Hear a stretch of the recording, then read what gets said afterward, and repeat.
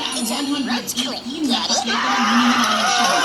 Nasa 118 kilos ang timbang nito at nagkakalaga ng higit 802 million pesos. Currency ang sila kasinigay sa mga pakleta ng Chinese tea ang hinihinangan. Kabayan ng umaga ng bago ng mga isla sa Brazil.